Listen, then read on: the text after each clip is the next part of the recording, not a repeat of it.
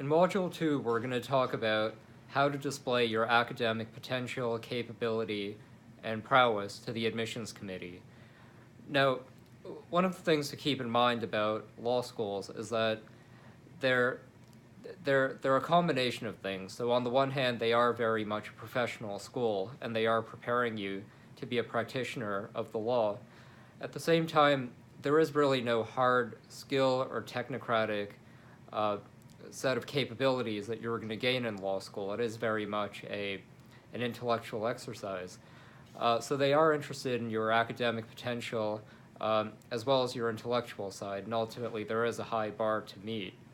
At the same time, the law school admissions process is not really a test of your raw or innate intelligence. They really are using a certain set of finite measurements that to gauge your overall academic fitness for law school.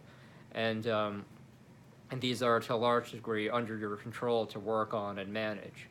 Now, I remember I began to think about this issue actually even before I got to Brown, but during the admitted students weekend sometime in the spring.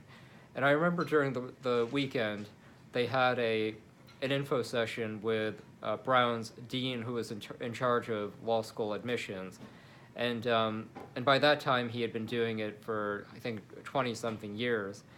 And the purpose of the admissions weekend, obviously, was to try to recruit people to come to Brown who were debating between different choices. And I expected Dean Ashley to be talking about how great Brown was at facilitating people to go to law school, top-tier law schools.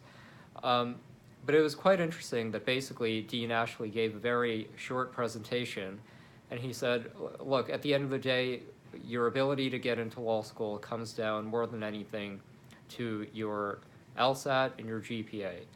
And then obviously people had a lot of questions, and over again, Ashley would sort of reiterate, you need to get the LSAT right, you need to get the GPA right. Now, it obviously isn't quite that simple, but I think that Dean Ashley is basically correct that the two most critical components by far on the academic side of your application, and really in your application generally, are number one, the LSAT, and number two, the GPA. But these are things that are ultimately designed to gauge your overall academic potential and your capability. So the question is, you know, what can you do to prove to law schools that you're one of a small number of candidates showing the kind of academic potential that they need to justify not only letting you in, but letting you in over the competition. And the way that I would think about it is that there's a set of requirements where you want to meet a minimal threshold, and then there's another side of academic potential where you really want to show them how unique you are, how gifted you are, and really what you can bring to the table academically. Now, if you went through Module 1 and you did it properly, you already now have a 3-tiered list of law schools that you're interested in. You have your ultimate top choice. Second category, you have places you'd be very happy that you would definitely accept admission to. And then the third, you have schools that you may or may not want to go to. So one of the things that I would do generally is you want to look at the top few schools that you're interested in, go to their websites or just dig around online and see if you can find the data on the kind of scores that admitted students tend to get, and look at the top 75 percentile of their brackets. And now, obviously, the degree to which that number is relevant is going to depend on a lot of factors. For example, whether you're filling some kind of a diversity goal that they have, et cetera, et cetera. But generally, I think you ought to be aiming for at least somewhere in the top 25% of the incoming class, and depending on other factors, you may even need to be higher. For example, if you're applying to law school straight out of your undergrad, and you're applying to a top tier school, you probably need to be near the very top of the distribution. Now, let's begin with the LSAT. In order to get at least in the top 25%, and ideally really as close to 180 as possible, the way to get here is actually relatively simple, and that is there are basically two things that I would advise you to do. Number one, by far, is to invest the time and money in a formal LSAT prep course. Now, can you do it on your own with a book and whatever? Sure, but the reality is that the test prep industry is a highly competitive industry. There's millions and millions of dollars of research that goes into it. Any company that's in business has done just an enormous amount of research to figure out exactly how to get people exactly like you to go from where they are to a very high score. And there's really no need to try to redo the process or relearn it. It's worth going through the process, doing all the homework, really taking it seriously, and it's well worth the investment. And if you're worried about the money, there are plenty of online courses that aren't that expensive, and you know, figuring out a way to get that money is going to be a beneficial thing. So number one definitely is to take a course, and number two is to spend a lot of time taking practice tests under conditions as close as possible to the actual exam. So one of the things I had done, for example, was I had a relatively long winter break, and during winter break, what I would do every morning is go to Brown, where I knew the test would be administered, and I would get there and park and then sit down in the library at the exact time that I knew the test would be administered. And I would schedule the breaks in the same way that I knew the test would be, and I just drilled over and over again.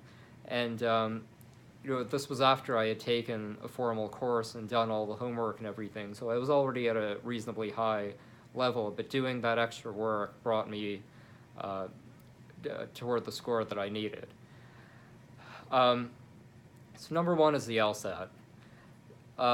Number two is the GPA, and here I think your approach to getting the GPA that you need is ultimately going to depend on where you are in the process. Now, if you're watching this video and you're in high school, you're in good shape, and what I would urge you to do is, if you know that you want to go to law school, or you might want to go, really take that into account as you're navigating the college admissions process, and really think about make an informed choice based in large part on where you think you can get a 4.0 GPA or something very, very close to a 4.0. And when I say 4.0, I'm not saying this in the abstract. One of the things you have to keep in mind is that when you look at schools like Yale and Harvard and so forth, somewhere like 25% of the admitted class is basically coming in with a 4.0 GPA. So it's really, really important that you pick a college where you're likely to get a 4.0 GPA, and you can figure that out based on what the core requirements are. Does your school have a tendency toward grade inflation? Are there certain tracks or programs or whatever that you're particularly interested in and that particularly play to your strengths? Whatever it is. If you're already in college, then I think you need to think about whether or not you're on track to having the GPA that you need based on where you want to go. And if you aren't, what you can do about it. So what I want you to do is, regardless of where you are in the process, unless you've already graduated from college, really make a list of all the things that you can possibly do, both that you can continue to do and also things above and beyond that you can do to ensure that you either maintain your high GPA or that you can, or what you can do to improve it. And you might want to think here about course selection. You might want to think about different activities you could do over the summer, whether it's summer courses or other training.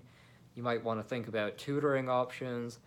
You might want to think about different avenues in your college. Maybe you can find some sort of a mentor. Maybe you can do some reading or prep on your own time. Maybe you can learn about and read about different study skills or time management. But whatever it is, really figuring out what you need to do to try to keep that GPA up. Now, if you're not sort of in a good place with your GPA, or you're not, you feel like you're facing an uphill battle, or maybe you're too far into college to really reach the point where you can get your GPA to where it needs to be, then I think this third part of the academic basket of your application really becomes important. And that is that what can you do to show the law school not only that you're meeting you're meeting these sort of baseline requirements on the LSAT and the GPA, but also really show them how gifted you are academically, and really show them what you can bring to your law school class, which at the end of the day is an intellectual and academic community. Now, I think one decision to make right off the bat is, when do you want to apply? And the later you apply, the more options that you have. So, for example, if you finish your undergraduate, and then before even entertaining the idea of going to law school, you end up doing, let's say, an MD, a PhD in biology and anthropology, or something like that. I mean, you're obviously sort of accruing an academic record here that it's not going to entirely trump your undergraduate record, but the further you go along, the more you do in the academic realm, the more that your undergraduate GPA is not going to be a factor. Another set of things to think about would be, what are your areas of intellectual or academic expertise that are unique and relevant to the law school? And then how can you prove them? So, for example, if you, let's say at a young age, begin to publish academic papers in a discipline related to something law schools care about, that's going to do a lot to show your academic and intellectual rigor. Maybe you can be a research assistant, or maybe you can really show mastery over some kind of a new cutting-edge scientific field, or an area that just isn't quite developed, or maybe you've done some kind of archival research. Things you can do to show that you have the basic academic and intellectual credentials to get in. So what I want you to do is